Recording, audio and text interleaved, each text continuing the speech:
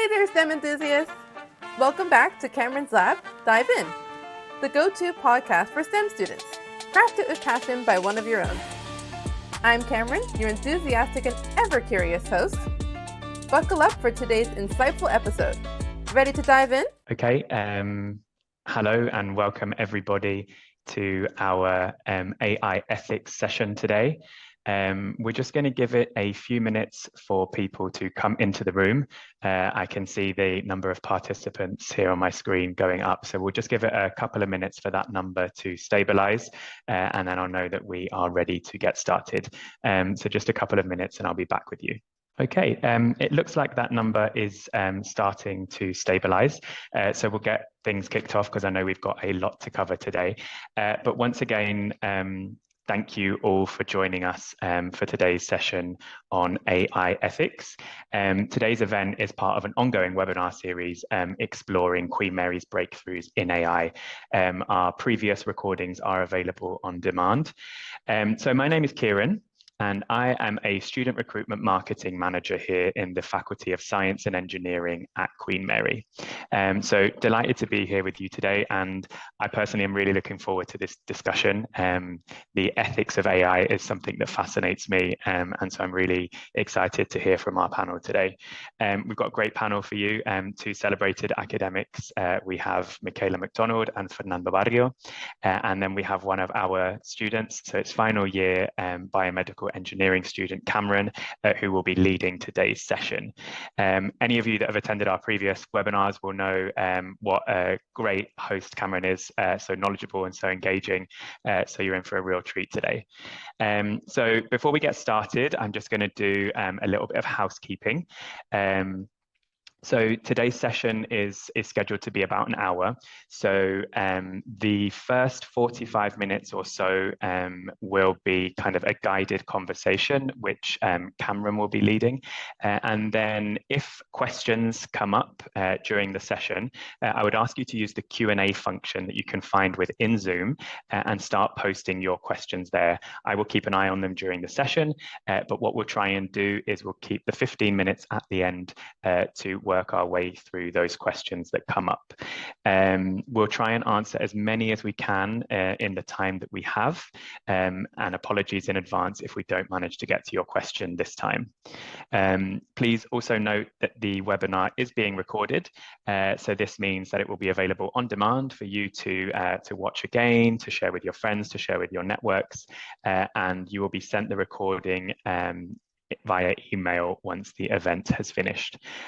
So without further ado, I will stop there, and I'm going to hand over to our student and budding AI expert, Cameron, to get us started today. Thank you very much.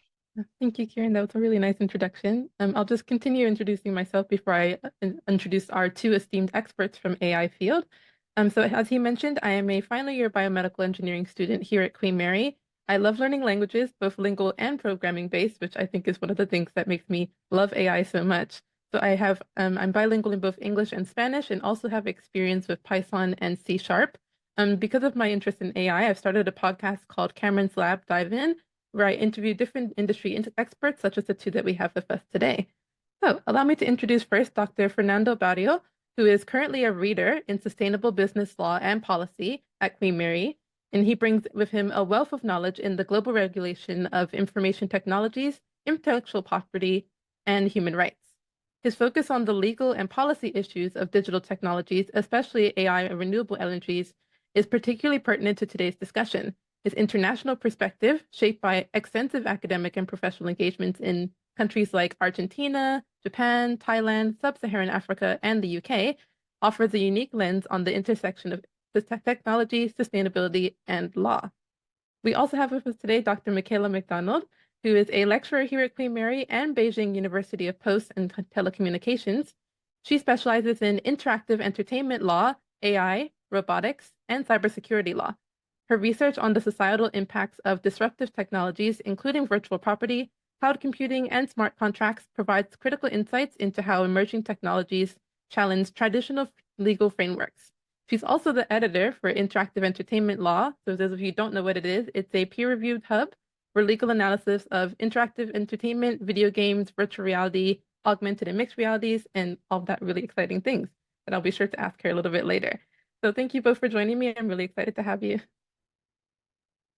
So Thanks. what I would like to do first is start off with, if I could ask a question to the two of you, which would be to ask, what is AI ethics? For those of us that don't know, I feel like it's a bit of a buzzword now, and we haven't really pinned it down. So would one of you mind just explaining what that means to you, AI ethics? I'm going to be, really quick, just a couple of words. Ethics in general refers to, set of principles that determine what is considered to be wrong, what is considered to be right, in relation to individuals or an entity's behavior. In connection to AI, I think on a sort of very high level, it refers to guidance on how to design, develop, and deploy ethical AI, and also how to use it ethically now and in the future. I think that's like a very, very broad definition. Fernando, over to you if you have anything. If I can add some to that, so a bit more generic. So if we think about the moral issues and the social impact that arising from this wave or tsunami of AI that we are in the middle of. And at the core of that is this idea that how can we ensure, at the core of AI ethics, is how can we ensure that AI benefits humanity, respects values, and doesn't harm, or harm at least as possible. And that is probably at the core of AI ethics, or what we understand by that, Cameron. Well, thank you for explaining, just to make sure we have a pretty good background. And then Dr. Michaela, I wanted to ask if you could start by giving us an overview of the current landscape of AI ethics in terms of societal impacts. Are there any common concerns that you've noticed so far?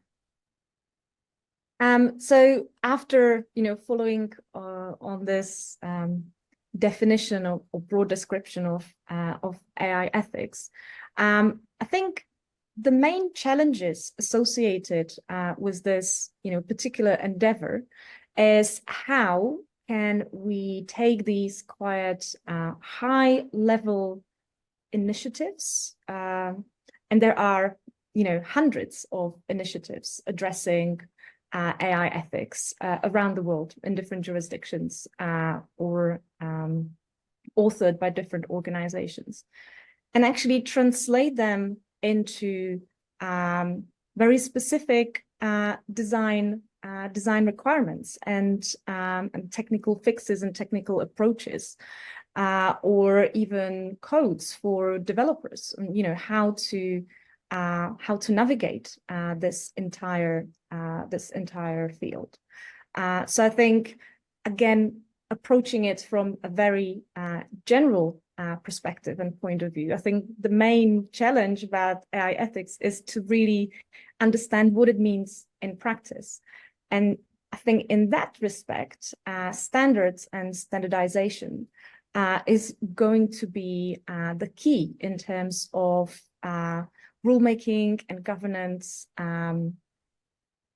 of AI development and use, because it's going to provide quite practical context for AI system developers, providers, but also anyone that's going to be part of the AI supply chain, the ability to provide assurances, that we are in compliance with our legal and regulatory obligations. And one last thing to mention in the context of ethical use, fair, safe use of AI at this stage is probably the presence of bias. Addressing bias within AI system is one of the core concerns, issues, and can cause a significant harm, as Fernando mentioned in his definition of AI ethics. So it is absolutely essential that the industry and the engineers and designers behind AI systems absolutely sort of earn the public's trust about these systems being safe, being trustworthy, and being used in an ethical way. I definitely agree. And that actually does lead me on to what I wanted to ask you, Dr. Fernando, because of your own work, which has spanned multiple continents, I could say, so Southeast Asia, India, Sub-Saharan Africa. Could you elaborate on some of the similarities and differences that you've noticed when you're talking about the use of AI and regulation across these different continents? Are there things that you've noticed just dealing with that international landscape? Well, if we compare the current landscape of AI regulation to what happened in the late 90s and the beginning of the 2000s with the development of internet and what now became pervasive social media, at least we have an agreement. There is a consensus worldwide that AI needs proper guidance and regulation. So back in the late 90s, those of us that started talking about regulation were seen as some sort of the evil side, as there was this pervasive idea that in order to allow technological development, it was better to let them go and not intervene. And with these ideas that, oh, if you intervene, the technology will not properly develop, and all a lot of things that were unproven, but ideologically were imposed worldwide. Now what we have at global scale is a consensus that due to different characteristics of AI and the potential impact, it is important to reaffirm that some of the most like Terminator style impact are really fictional. But clearly there will be impact in everybody's life. It's having impact in everybody's life. Don't forget that today AI is being used for almost anything. And therefore, worldwide there are these concerns, as Michaela was mentioning. Bias is one of them, and bias and fairness. I mean, understanding bias as the unfair discrimination based on certain characteristics of the data. That will, in that sense, AI could be biased, and there is a deep concern at global scale about the roots of the bias. Some of them are there as historical data. There's nothing you can do to change that. Then the data representation, and then there is the more human created, which has to do with algorithm design, and then the proper prejudices of those manipulating AI. So there is that sort of consensus, which is, I would argue, is a first, that we have the same sort of consensus, regardless of the political system or even the legal origins or the legal background of different groups. There is a broader consensus of the need to regulate AI, and I think that this is what probably we can rescue. Then, going more specifically about your question, without entering too much at this point of the type of regulation, well, there are different views. So when you have if we talk about across the Atlantic, European Union has created the first AI Act as we know it, and clearly it's based on principles, and those principles have to do with risk and managing risk, different level of risk. In the US, we only have so far the executive order, which means that applies only to the federal government. It is true that it trickles down as large companies that want to have a relationship with the federal government need to comply with them. But we are talking about different levels of regulation and different levels of principle too. Then we have some approaches with 3 different laws in China. There are other attempts in the Southern Cone in Latin America. Peru put it in their constitution, some issues related to AI. So the world is moving, and I think that if we try to be positive in this type of general negativity, the fact that everyone is agreeing that we need to do something is something to be cheered. I definitely agree, especially with the focus on bias. I think that's really good that we're actually starting to think about what impact this has and who it's benefiting and who it's really, I guess you can say, disparaging, like who's not benefiting from it at all. Could you elaborate a little bit more on, I think you touched on it briefly, but this kind of idea of innovation versus regulation? I think that there's an idea of them being against each other, but could you explain a little bit more about your own thoughts? Do you think that they're two separate things, or should they go more hand in hand? I think that partially, or probably a lot of it is our fault. I mean, the academics.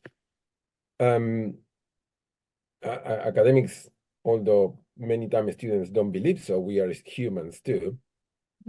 And therefore we have our own bias and ideology and the way you were raised, where you were raised, you study everything that makes up your ideology.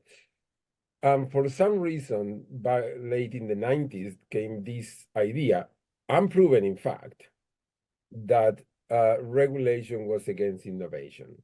The fact is that anyone who have dealt with business, and that is sometimes important academics to actually engage with external environment, is that the same way that nature abhors vacuum, businesses abhor uncertainty.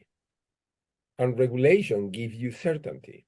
Therefore, the problem, the ideological problem, is that when one starts talking about regulation, and I've been doing this for 20 odd years, people say, oh, are you talking about Soviet type regulation? No, regulation is a set of guidelines that tell you what you can and you cannot do.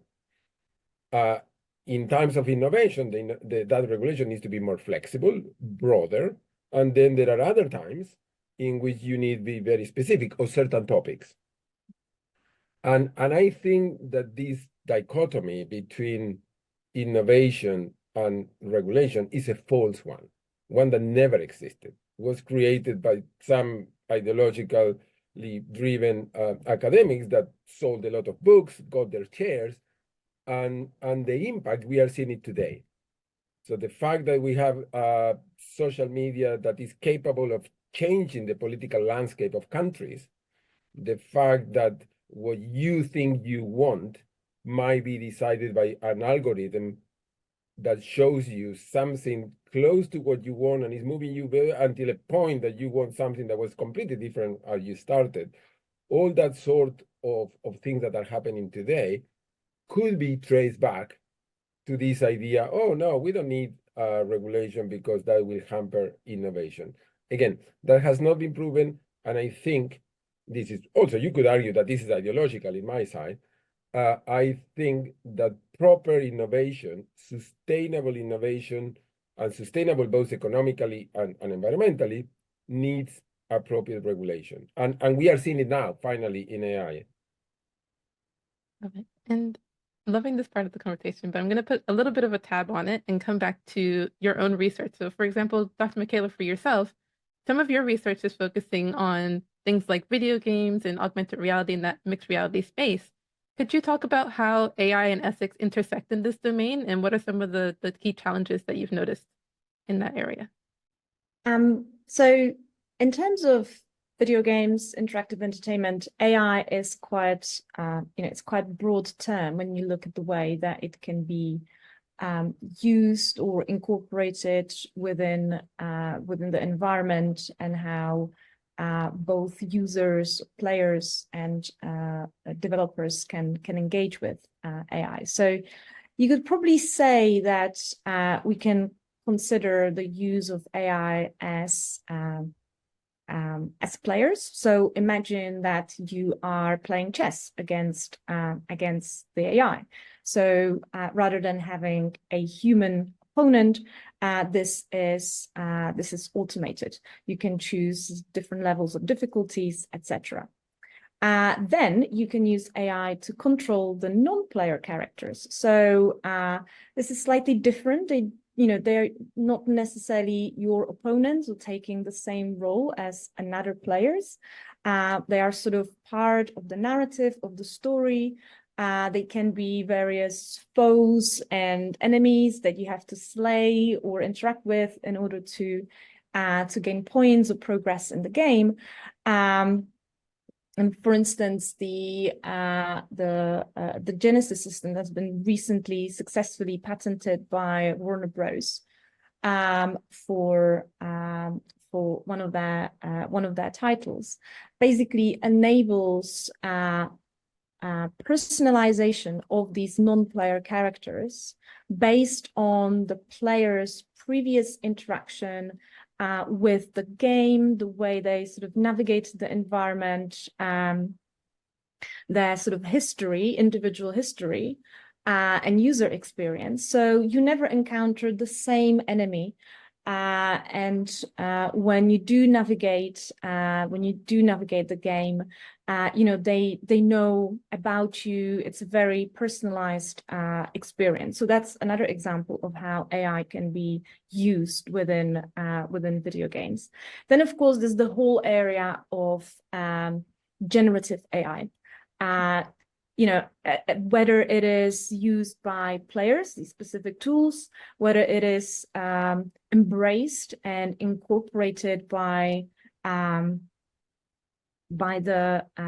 providers or developers of the game. So they use these tools to you know, develop content, whether it's graphics, designs, textures, voiceovers, music, you know, all these different creative elements within the game.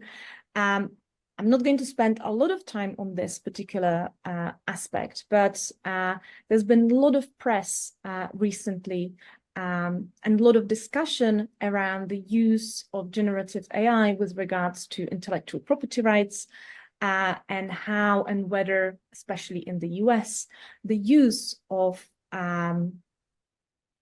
copyright protected works by generative AI falls within fair use or it doesn't. So there are a number of ongoing lawsuits to address that particular question. There have been also lawsuits and hearings with regards to whether AI can be considered to be an inventor under patent law.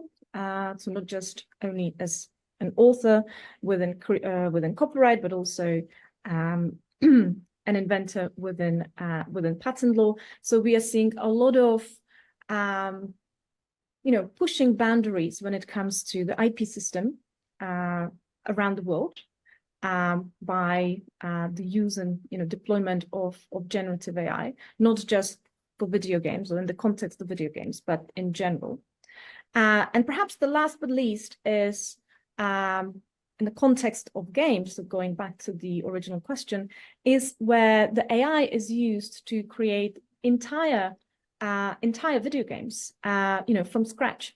I think there is a historical project by a former colleague, Mike Cook, that designed AI system called Angelina that has actually designed and produced video games by simply observing and playing existing video games, by interacting with people on social media and using this information and feedback to develop games their own.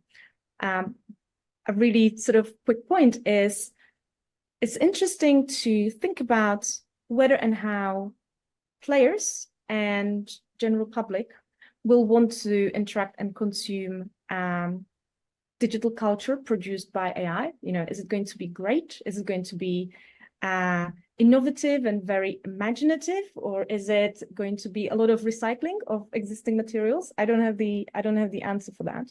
And in terms of particular legal challenges, when thinking about video games in particular, this can be linked potentially to you know, general issues such as dark patterns and online harms. So designing digital environments in a way that can potentially encourage or embed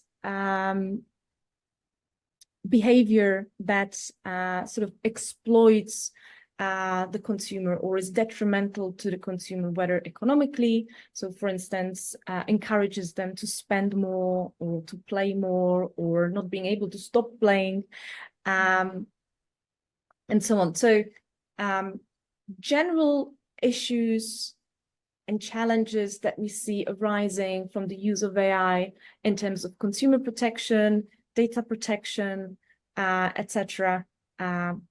But in the environment of player interaction, player dynamics within the game. This obviously also, can be relevant, the issue of deep fakes and sort of toxic behavior fueled through various fan communities, player communities, and sort of social media, but in relation to playing games and experiencing and interacting with games. That probably would be a very sort of high level overview from my part. Well, thank you for that. And I think I like that you mentioned a lot about like the being able to use users' data when they're playing these video games. It's a little bit like what Dr. Fernando mentioned before, just that pattern recognition and using that data for, I guess, whatever application you wanted to use it for later. And that does also bring me to your research, Dr. Fernando. So for example, I noticed that you looked a lot into smart farming. I wanted to ask if you wouldn't explain what smart farming entails and then talk a little bit about the privacy and data protection side for that. Well, smart farming, and then we will link it back to AI.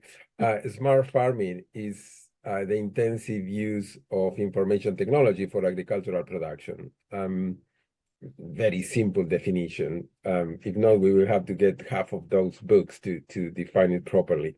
It's also called precision farming. There are many definitions. What happened is, we explain it very simply. Let's go back to history. Actually, I like history more than those technology.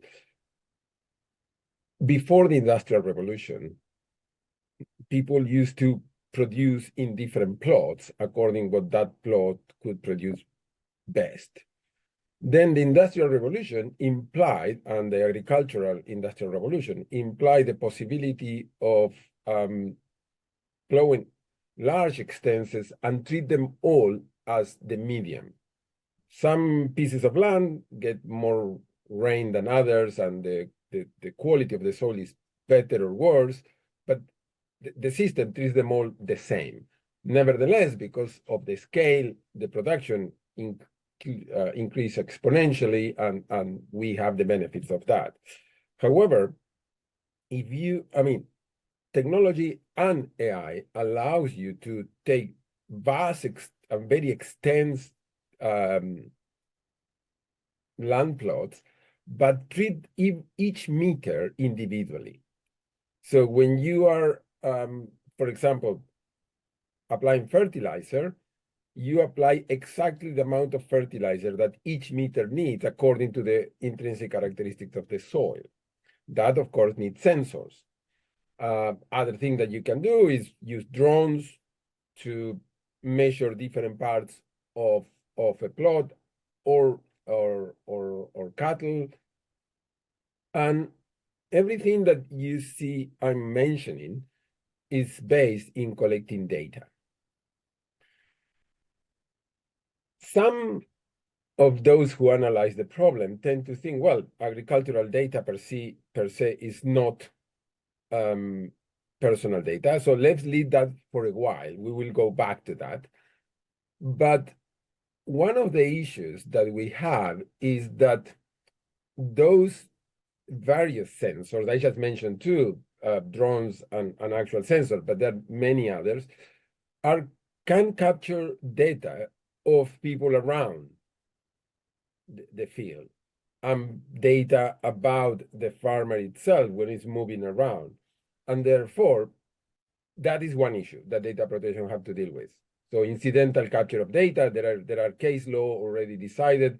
Still, if you knew that data can be collected, even if it is incidental, it could be a violation of the UK GDPR. Now, let's go back to this idea. Well, agricultural data is not personal data. But if I can access the data that tells me how much you are planting, how much you are producing, I know your income. And I know your address too. So there are a lot of data that seems to not be personal data, that when you combine it and you have it at large scale and accessible, becomes personal data too. Taking into account that personal data is defined as such that can identify a person.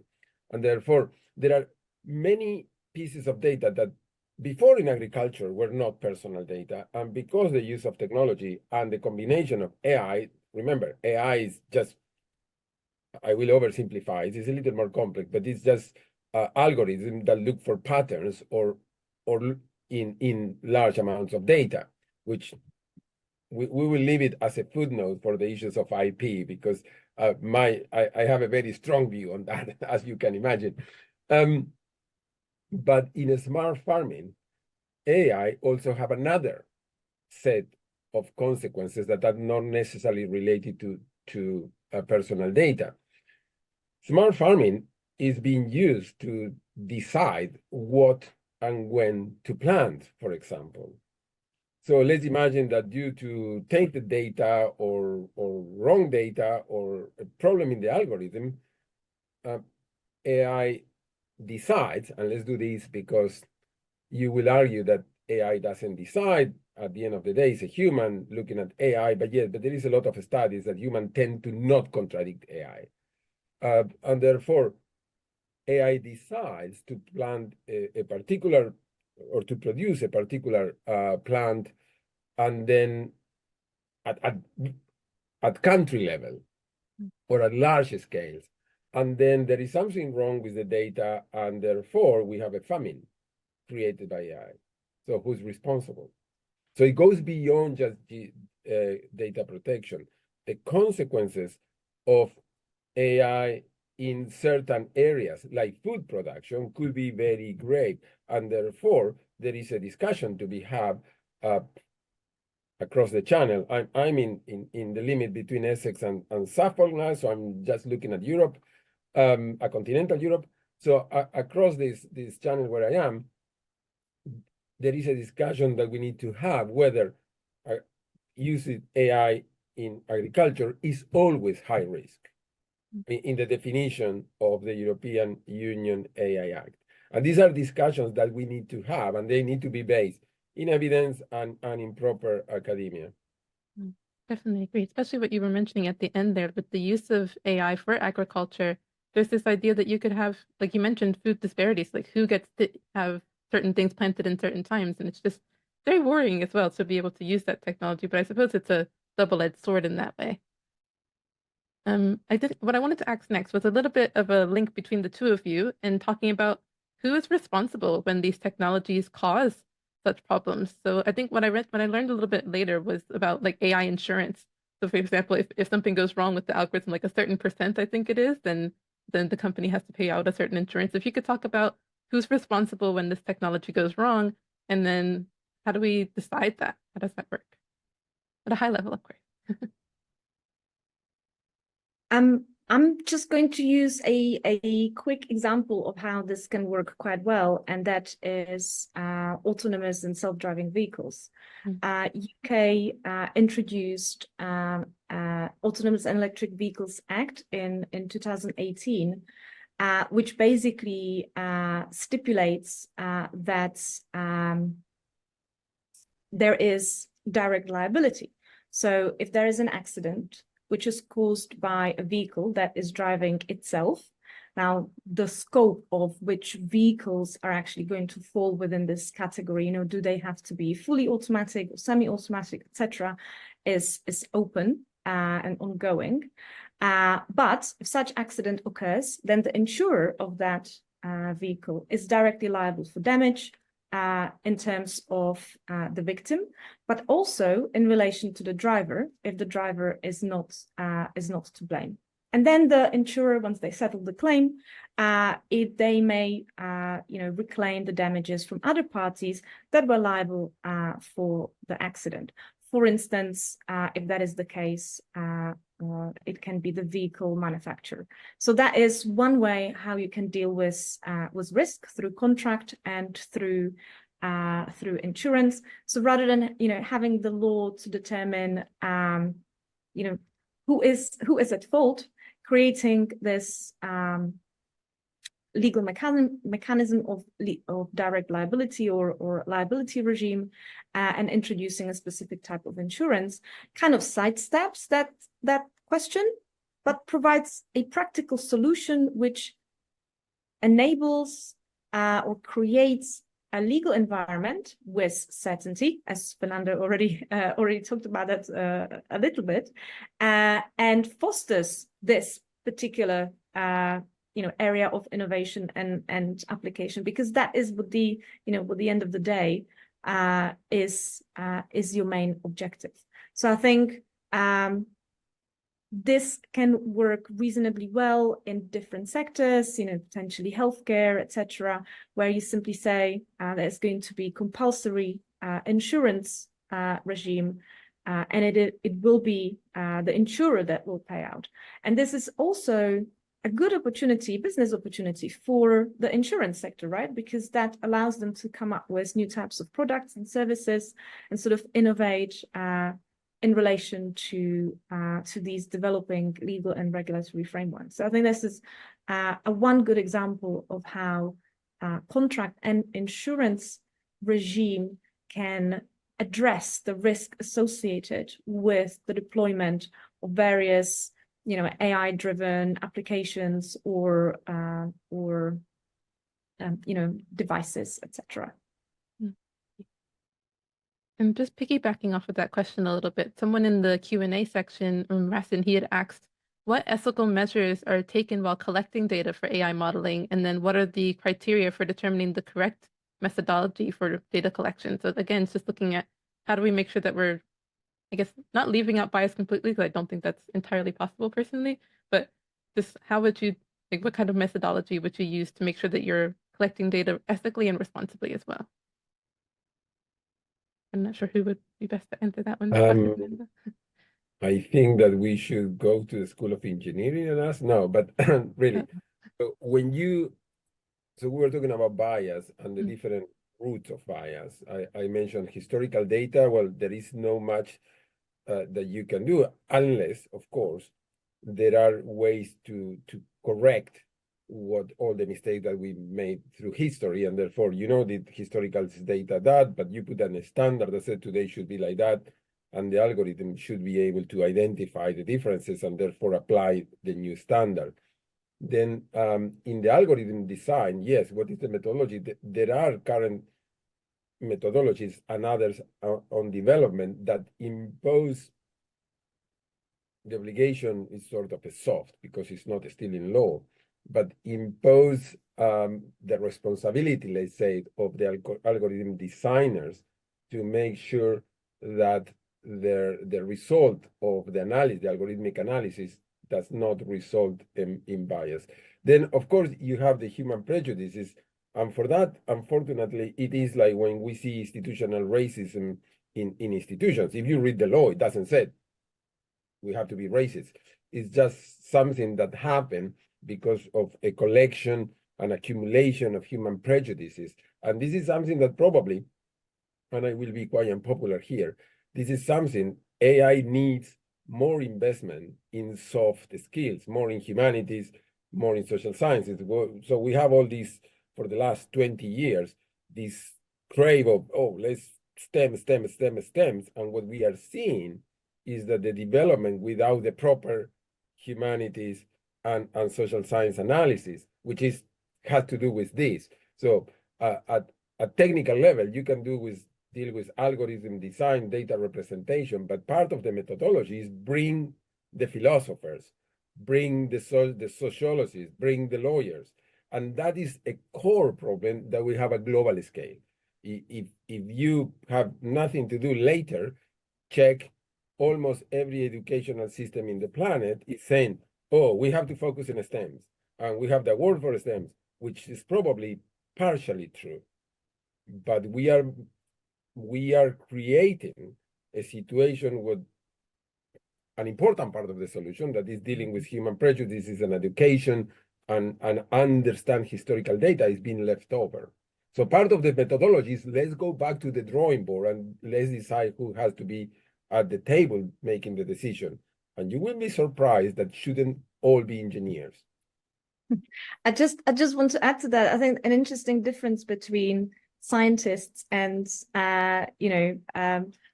social human scientists, social humanity scientists, is that an engineer would probably ask, can I do this? Can I solve this problem? And if so, how? What is the technical solution to this problem? A lawyer, ethicists, philosopher, may ask, should I do this in the first place? Like, is this even a thing that needs to be solved? And if so, what is the host of different solutions out there and different alternatives, and what are their legal, ethical, societal impacts? If I release this algorithm out into the world and hundreds of thousands, millions of users are going to use it in their daily lives, what kind of impact is it going to have of them on them in terms of is it creating fake news? Is it introducing toxicity into interactions, communications? What is actually going to happen when people start using it? And can I imagine the different ways in which they're going to use them? And how can I then anticipate some of these issues while designing the system in the first place?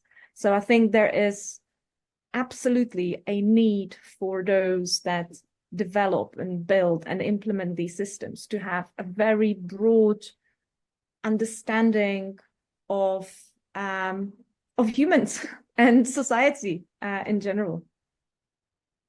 Totally agree. This interdisciplinary approach, I think it's really important. And you actually jumped ahead in my little question plan. But I wanted to ask if you could suggest ways that students can get involved when they want to have these interdisciplinary approaches. So myself as an engineering student, definitely focus on the how can we get there, but not so much on the, well, no, we are, but the should we get there. So how would you recommend that students can get involved in more of an interdisciplinary way, especially focus on like the Queen Mary side of everything? I'm not going to spend, I'm not going to take a lot of time because I think there's questions in the chat and sort of nearing almost the end of the session. But I think being curious is a really important thing. Reading and talking to other people. I'm old-fashioned, so I prefer, doing things in person, going and attending perhaps events or activities that are not necessarily within my field, because you always find and learn something new, something different. You can talk about the same problem, the same issue from completely different perspectives. And I think it broadens people's horizons and understanding. So interacting with others and with different types of materials, I think would be my answer. That's perfect. And so, as you mentioned, I do want to jump back into the Q&A part. So we had one question from Gemma who's asked, where do you see the role of national and international governments in shaping the rules around ethics of AI? So I think we touched on that briefly, but I think if we could go back to it. Dr. Fernando, I think maybe you would be the one to answer this one. Yes, I think that, again, being a person that strongly thinks that regulation is necessary for proper development of business and technology, I think that the role of government is fundamental. The key is, we are in a complex time. Governments have their views and their focus in too many other things, not necessarily all positive. And I don't want to start talking about governments around the world, because I think that we will turn into a pessimistic view, which is not the idea.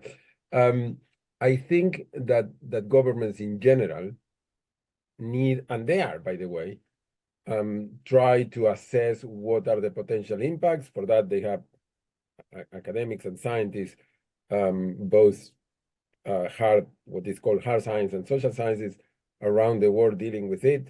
They need to start thinking about how AI will impact.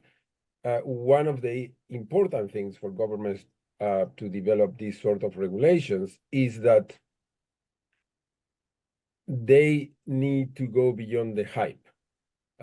You see, sometimes governments want to look pro-innovation, and therefore they buy the first idea that comes to their doors, And suddenly you have governments, real examples, that are using AI to decide who gets parole or not in the Kentucky system.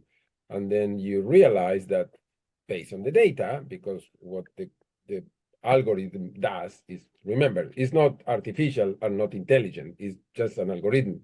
So the algorithm that is look for patterns in the data and no coincidentally decide that people are more likely to commit crime according to the color of the skin, which as we know is false. It just past data, which is based on prejudices and institutional racism of the system. However, for the algorithm, that is an unquestionable. And therefore, governments jump into the use without proper assessing the impact. And we are seeing few things. Nevertheless, that doesn't mean, oh, let's exclude them. It's quite the opposite.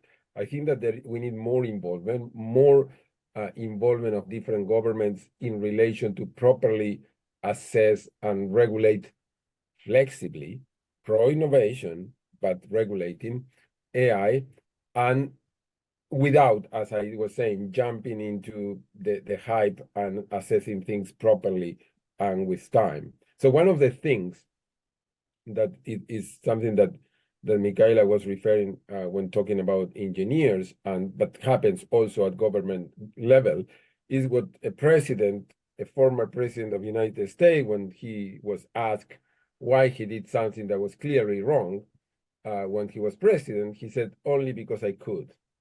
And that is problematic. So sometimes engineers are seeing what they can do, and they do it, and then government do what they could. Definitely a conversation for another day, I think. I think I'll go back to the Q&A section. So one more person has asked, I guess, more the academic side of things. So how can AI be used effectively in academic integrity? I don't know if anybody wants to jump on that one. I think academic institutions are definitely, tackling this question on daily basis, because it is, AI is transforming every aspect of human endeavor, every sector. So education, higher education is not an exception. And I think perhaps we were a little bit surprised by COVID, by the pandemic, by the move to online and hybrid teaching and learning. I don't think anyone was really prepared for this, educators and students alike. And add to that the use of generative AI, which is widespread, and not necessarily for the right purposes. And that's my issue. There's nothing wrong with AI, and nothing wrong with many of the AI applications. It's just a question of how you use it, for what goal, for what objective. And I think at the moment, while AI has a great potential to aid teaching and learning, I'm not quite sure we necessarily know how to best do that. And a lot of us as educators are not experts either. So there is a lot of focus at the moment on pedagogy, scholarship, and how to harness the power of AI within the relationship between students and lecturers and tutors, etc. And I think all these various policies and guidelines around the use of AI in a way that does not negatively impact academic integrity. That this is an ongoing conversation, and I would lie if I said that I have that I have the answers. But it is a big challenge that we cannot hide away from. We cannot say we're going to ban the use of these tools. That's nonsense. It's the same thing as some suggestions recently that social media should be banned for users under the age of 16. I mean, first of all, I think it's the users under the age of 16 that actually understand the content on social media. So we do need them because a lot of it's aimed, it's aimed at them. And you won't solve anything by banning the use of these platforms and tools, because these incoming generations are born into a world that is digital, that is AI driven. And they need to know how to use it. They need to know what kind of interaction and behavior is acceptable, is okay.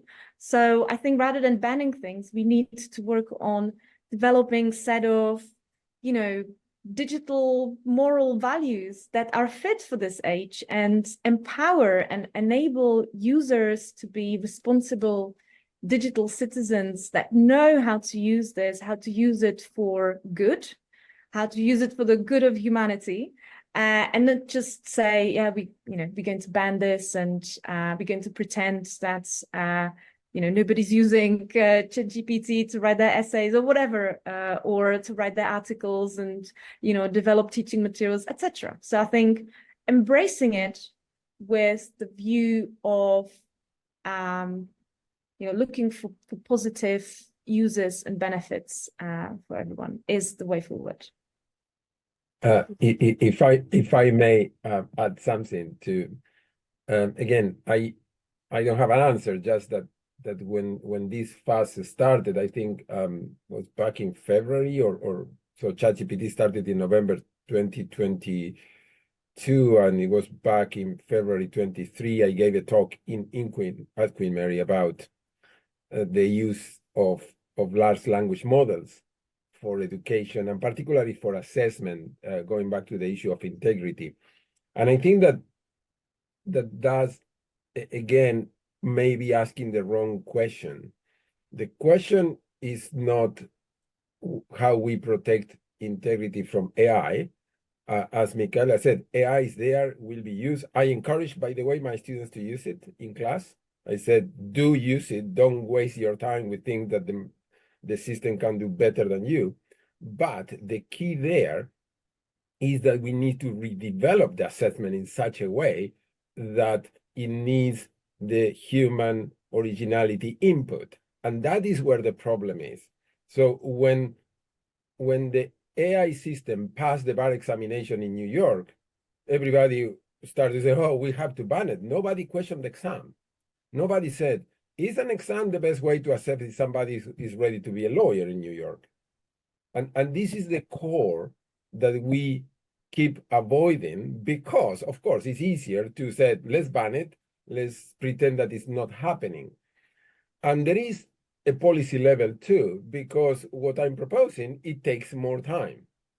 And therefore, that needs to be factored when designing academics contracts. You said, do all academics want to do as I do, kill myself because I have to mark more than 3,000 pieces per semester, because the essay is divided in small pieces where students need to go out and do things that AI cannot do. AI cannot go and ask to a small business in the neighborhood how they are doing and then apply the law. So therefore, I did that. It's killing me. And that is something that we need to probably be talking about, instead of talking about how to ban it. That was the first wave. Then is let's embrace it, but nobody knows or talking about how. We say, oh yes, now AI is fine. Yes, how we do it? What are the resources needed? And then probably and problematically, when we talk about resources, we go back to the engineering side. Oh, which machines do we know or we need? And no, it's in this case probably simple time. And then academics do what they do quite well, which is be creative and look for innovative ways. I also have to confess, for years I've been thinking that exams are not a good way to assess at all, and therefore I have a bias. I confess my bias, and I think that again, AI, as in many aspects of society, more than forcing us to look for the answer, is forcing us to think whether we were doing was correct or not. Again, we don't have more time, but I could go into some of the issues that Michaela mentioned in intellectual property before. Is the problem that a machine can patent, or is the problem that inventive step was always just a construction that the AI is showing that if you give somebody the state of the art and apply logic, as is what an AI is doing, you get something that looks innovative, but it was never innovative. It was always just logical application of previous knowledge. And therefore, probably there are things that we need to reconsider. From the assessment point of view and integrity, well, the solution is not banning AI, but start to be very creative in the assessment process, which needs resources, and in our case, is time. Thank you. And just because we're running very low on time, I'm trying to summarize the last few questions, but they're all quite large. So I think, I'm sorry, everyone, I will just ask one more question for the student perspective. So for students that are looking to get into things like AI ethics, they want to be able to make changes in this space. What kind of skills would you recommend that they have? And how do you say that your courses here, like when you're learning at Queen Mary, what kind of things do we offer here that you could recommend to students to gain when they're joining our courses? I'm not sure who's that. In terms of skills, I think I'm going to repeat one that I already mentioned, and that is curiosity and thinking out of the box, because as Fernando mentioned, there's a lot of things that today can be done better, faster, more efficiently by using AI. And you shouldn't really spend time, repeating that or trying to compete with that level of capacity and efficiency. But I think in terms of, developing and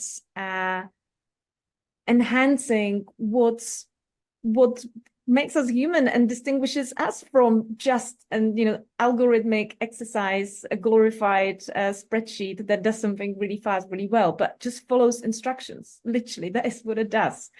So I think those are skills that will be valued in any kind of field, and that will set you apart from an algorithm that can potentially do the same job better, faster, and cheaper. There are qualities with regards to interactions with others that we do not want to replace with technology, that we do value and that are important. And I think it is these soft interpersonal skills and sort of general curiosity that will be the most valuable asset. And as I read somewhere today, plumbers will be never out of job because AI can't fix your toilet. So just in case you're thinking of an alternative career, there's one for you there. Love that. Not sure if we have time for one more question, Kieran, but I'm gonna squish it in if I can.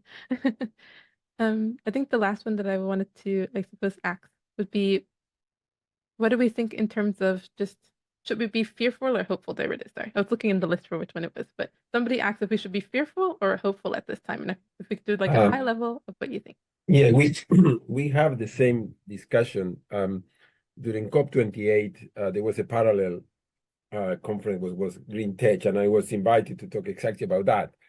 Friend of foe, talking about AI. And I think that overall, we should be hopeful, not fearful. If we have to be fearful, is because there's something that we are not doing, both at the education and regulatory level. AI per se, as was explained, is just a set of instructions and mathematical operations. So what happens with them is what humans decide. And as far as in the educational system, we start to foster skills that AI will never, even if we think about the general AI, which will be like thinking like humans, still will be able to produce something like Mozart, but will not be able to cry when you hear it. And therefore, that is the key that I think that we have to communicate and to give to, particularly to our students and to the rest of society. Focus in what makes somebody else cry, not virtuosity in playing the violin. I am really quickly, I'm also really hopeful because I'm an eternal optimist. So, you know, I think we will be okay. Thank you. All right, we are bang on 2 o'clock, so we're going to wrap things up. Thank you everybody for attending our session today. I hope you found it as fascinating and enjoyable as I did. And a really big thank you to the three of you today. Thank you, Cameron, Michaela, and Fernando, for your time, for your enthusiasm, and for sharing all of your expertise. If you enjoyed today's session and the previous sessions, we have one more left in this series. So this coming Thursday, 14th of March at 1 p.m. UK time, there is going to be a session on human-led innovation in AI. So I have just dropped a link in the chat for you to sign up for that final session. Again, it will be taking place on Zoom in a very similar format to this. The AI Hub is live, and you'll be able to access a lot more information about this series on there, and it will all be sent to you as an email communication after the event. So once again, a big thank you to everybody involved today and everybody for their questions. I'm sorry that we couldn't get to all of them, but it's clearly a really fascinating topic to have had so many questions coming up. All right. Thanks. I'm just going to end things now. Bye-bye. Hi again, awesome listener. That wraps up another deep dive of Cameron's Lab Dive In. Before you dive back into your day, see what I did there? Take a second to hit that subscribe button so you never miss an episode. Want a behind-the-scenes look? Bonus content? Or just some good old STEM fun? Follow me on my socials, Instagram, TikTok, and YouTube at Cameron's Lab. And remember, every episode is a new adventure, and we've got some thrilling dives lined up for you. Don't miss out! Until next time, stay curious and keep exploring.